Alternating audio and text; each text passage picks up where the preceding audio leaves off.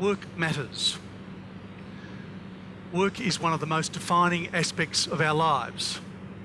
It's actually the thing that provides for us financially, allows us to pay the mortgage and the rent, provide food and clothes for our families, but it's also a creative outlet. Many jobs provide people with a great opportunity for creativity, and as well as that, it's one of the primary drivers of our self-esteem through accomplishment of the things we do at work. Work matters. It matters to us as individuals, it matters to our families, it matters to the communities we live in, and it also matters to the society we live in. So the forces that are driving dramatic changes in the way we work, the top one is a little thing called the internet. Not sure how many of you have heard of it, but you need to find out about it because it is driving dramatic change. It's changing the way we buy things. I haven't bought a physical book for 3 years. Alan bailed me up out there and asked me to buy the 3-book package for $59.95. I said, Alan, unless I can buy it on Amazon.com, I'm not interested. It's also changing the way we consume entertainment, and it's digitising the world. Fairfax don't even know if they will produce a newspaper in 3 years' time. People don't read newspapers anymore, particularly the younger generation, the people who work for me. You walk in the morning at 8 o'clock into my office and they're all reading their news online on the companies that effectively compile the news from multiple sources, the aggregators. That's the future of news, I'm told. So the internet is changing things. What's amazing about it is that we haven't even scratched the surface of the change it will drive. We will go through a period of exponential change in technology in the next 20 years, being driven by a couple of things. One is Moore's Law, which most of you would have heard of. Moore's Law, the computing power doubles every 18 months. And by the way, it halves in cost. That's compelling economics, by the way, for anybody. And secondly, by dramatic improvement in the intelligence of software. And we're entering that era now, where the software we are producing is becoming intelligent and very, very smart, and that will be a significant contributor to our future. 5 billion people in the world in the next 20 years will become connected. Today it's about 1.2 billion. That's a dramatic increase in the number of people who are connected to the internet. Cloud computing will become ubiquitous. I gave an example earlier. Amazon.com is an example of a cloud computing product, but I was staggered to find out 2 weeks ago that the National Australia Bank, one of our big 4 banks, now has their website, nab.com, their personal banking site, hosted in the cloud. Unthinkable 2 years ago that a major bank would host its data in the cloud. Work will become virtual, enabled by the technology. Anywhere, anytime, any place. It will be substantial in terms of the freedom it will create for us. It will also create mega companies, global mega companies, because of the ability to trade online, real time, all the time. But it will also create great opportunity for micro entrepreneurs. And right now in Melbourne, where I come from, people are leaving major corporations in droves to start their own online businesses because of the opportunity being created by technology. So technology is a very, very big part of the change of the future of work. The second one, top left-hand corner, of course, is globalisation. And we have been impacted by globalisation in many ways. We learned a couple of things that created the global financial crisis. One was the world was over-leveraged. We'd all borrowed too much. The second thing we learned was that the world is integrated and interdependent, because it was a housing boom in the United States in places like Ohio that caused the collapse of the global financial system. How interconnected is that? Most of us wouldn't have heard of an investment bank called Lehman Brothers in March 2008, but they triggered the downfall. We're interconnected we're interdependent. In the last 20 years, 1.2 billion people joined the global work pool. 1.1 billion of them came from emerging economies. A little place called Asia, China, India were the biggest contributors to that workforce. The second thing that happened was we saw advanced economies, the Western economies, shift from manufacturing environment to a services environment. They were offshoring manufacturing. A couple of examples. Geelong made the decision, Ford made the decision this year to close the Geelong manufacturing plant that had been producing Fords for 75 years in Australia. They're going to offshore that manufacturing elsewhere, and I'm one of the people that thinks that car manufacturing has a very limited future in this country because we can't compete because of the cost of our labour. So globalisation has been a very significant contributor. There is some polarisation in global work. High demand and likely shortages of highly skilled professional people. You guys, it's good news. But if you are middle skilled or lowly skilled, the bad news is there won't be enough jobs for those people in the world. We also know from post the global financial crisis that periods of unemployment are lengthening. We're in a period where things are not smooth, they're turbulent. So you lose your job today, there's a chance you'll go 6 or 7 months or longer than you've ever gone before till you can find an equivalent job earning the equivalent income. The other thing, which is a global phenomenon and will be one of the big issues in the next 20 years, is youth unemployment. Youth are now 38% of the overall unemployment in the world. There are countries like Spain, Italy, and even France where a generation of people, or generation of youth, will not work. They probably won't work in a lifetime. That has huge implications for the world. And of course, there are other factors, importantly, like the importance of diversity in the workforce as well. Down the bottom is my representation of demographics. So you will have all heard on other factors, business and about globalisation and technology, but demographics is a very substantial one for the discussion about the future of work. Sadly, we're getting older, and most of the economies of the world are getting older. Europe has the issue. Japan has a very big issue with an ageing workforce, huge issue. The United States is getting older. Even parts of Southern America are getting older. So that will be important. Population growth in the future will come from the Asian countries and Africa. So that will have a very substantial impact on the picture of the future of work. Retaining older people in work will be a global factor that companies will need to get their head around.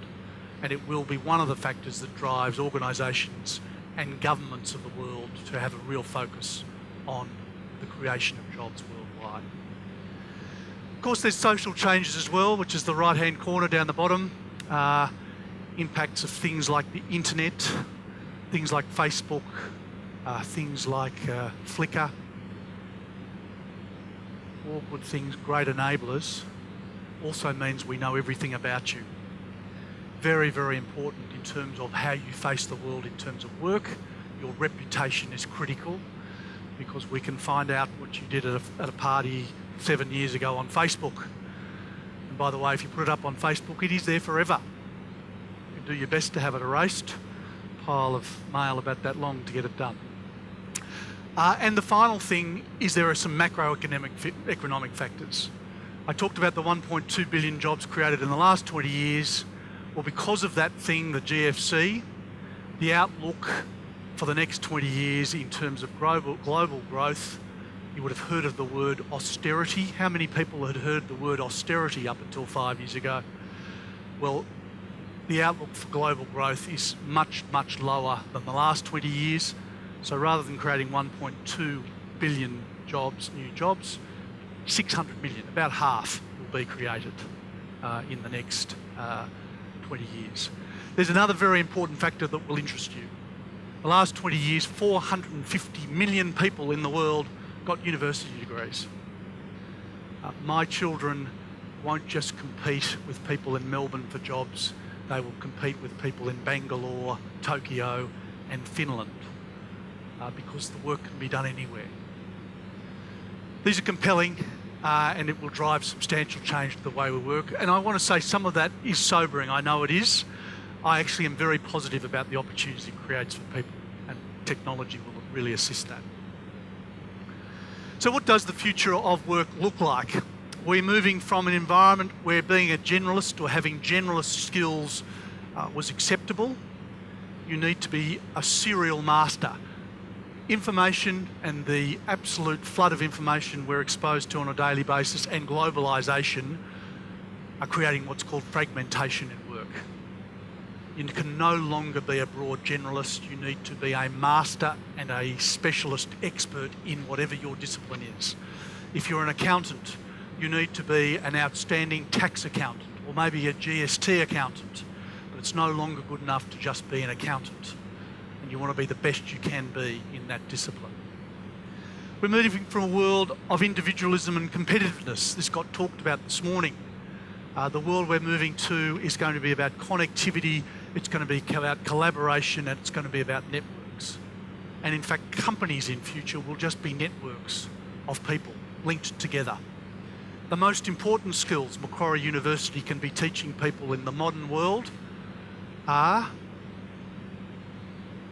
persuasion and influence, negotiation and communication skills. And by the way, it's enormously useful if you have multiple languages, because you're going to be working with people from other parts of the world who speak other languages and other cultures. Face-to-face local management will go. I used to do a management meeting, Michelle Oliver, who's in the audience, knows this, Monday morning every fortnight. It used to involve the people from around Australia. Well, now it involves all of the people from around Australia, the branch managers and the heads of each of our departments, but it also involves the head of our Hong Kong business, the head of our Singapore business and the head of our Jakarta business. And by the way, on a day-to-day basis, I deal with them on Skype or over the phone or whatever. The world's changed, and we're nothing compared to lots of global companies. You know, you hear stories all the time. Big companies like IBM, where their boss is based in Tokyo or in the US or whatever. We're moving for a world where jobs have been underpinned by technology, where technology replaces jobs, and I'll talk about that in a bit more detail. And we are moving from an environment of single generations culturally, where we're all white Anglo-Saxon males or predominantly males, to a multi-generational diverse network. Multiple geographies, multiple gender, multiple race, multiple language, multiple culture. Fascinating stuff. I learned a lot last week when I was in Hong Kong about the whole Hong Kong Chinese thing. I thought, I think they'd all get on. It's not so. But of course there's other things driving things, changes in attitude.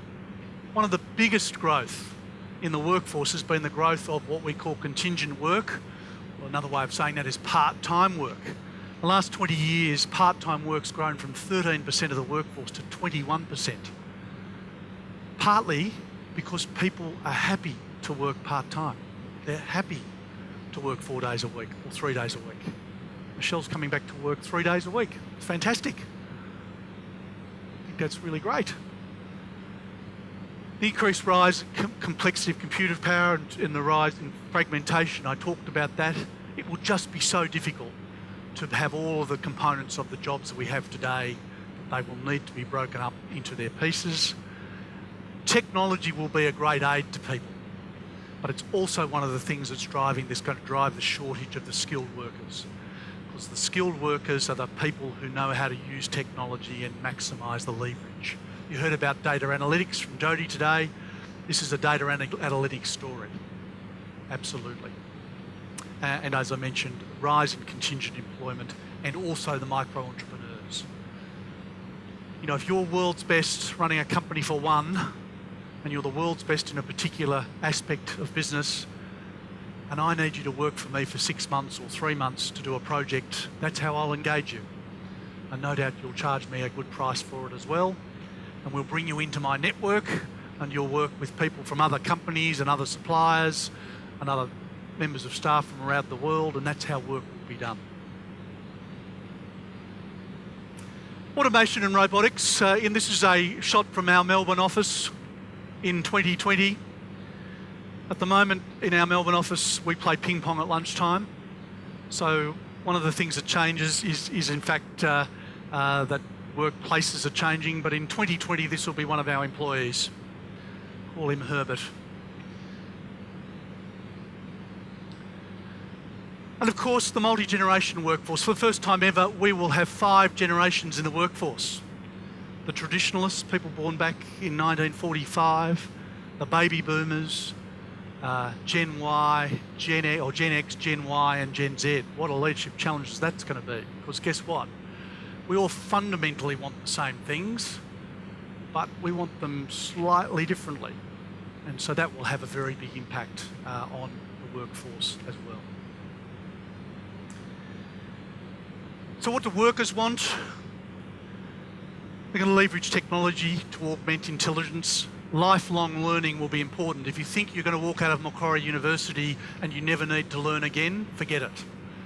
One of the things we're equipping you to do is to learn forever, because you'll probably have 3 or 4 different careers in 3 or 4 different industries, and the average length of your time in a job will be about 18 months. What will be important? The usual things. Respect, as measured by mainly my peer group rather than my boss. Today it would be the recognition I get from my boss, but in future it will be the recognition I get from my peer group. You need to be fast, you need to be agile, and of course it will be from a workplace that is mobile.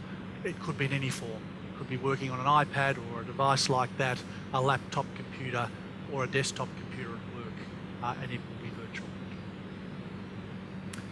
Organisations will be flat and meritocratous.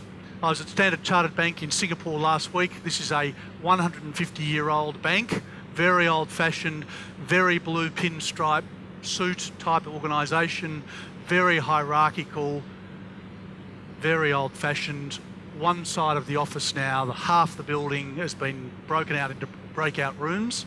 You're not allowed offices on the expensive side that overlooks Marina Bay Sands. And by the way, not a suit in sight. Couldn't believe it. Now it is in Singapore, so that's hot. Talked about the largely contingent workforce, talked about agility. We will obviously change, mindset will change, and there will be dramatic changes in technology as a result. I think this is a great summary of how you prepare for the future of work. And it doesn't matter what role you're in, whether you're an orthopaedic surgeon or an economist or an accountant or a school teacher. Thomas Friedman, who is a writer, in fact, but writes books around social change. He wrote The Lexus and the Olive Tree in '99. The World Used to Be Flat in 2005, Great History of the World. And in 2011 wrote this book, That Used to Be Us, to play on the US. That used to be the US. He talks about 3 mindsets for any employee. The first one is that you need to think like an immigrant. It's a great analogy for this country. Some of the most wealthy people in this country were immigrants who came after World War II. Westfield Corporation is run by the Lowy family, who are Polish immigrants, I think. And then there's a whole host of others, Visi, etc., major corporations that were founded by immigrants who work hard and are street smart. It's not just about hard work, it's about being street smart. The second one is you need to be an artisan. Best in your discipline, world-class, and you need to have a reputation for it. Best emphasised by the question to yourself, what am I famous for? You need to be famous for whatever it is you do in your work. Famous in your industry, famous outside of your industry, because that network, the Facebook network, the LinkedIn network talks about you because you are famous for high performance and doing your job outstandingly well. And in a world where there is mega competition, because those 450 workers I talked about, or 450 people with university degrees, they want your job. They do. You need to provide great service. You need to do your job better than is expected.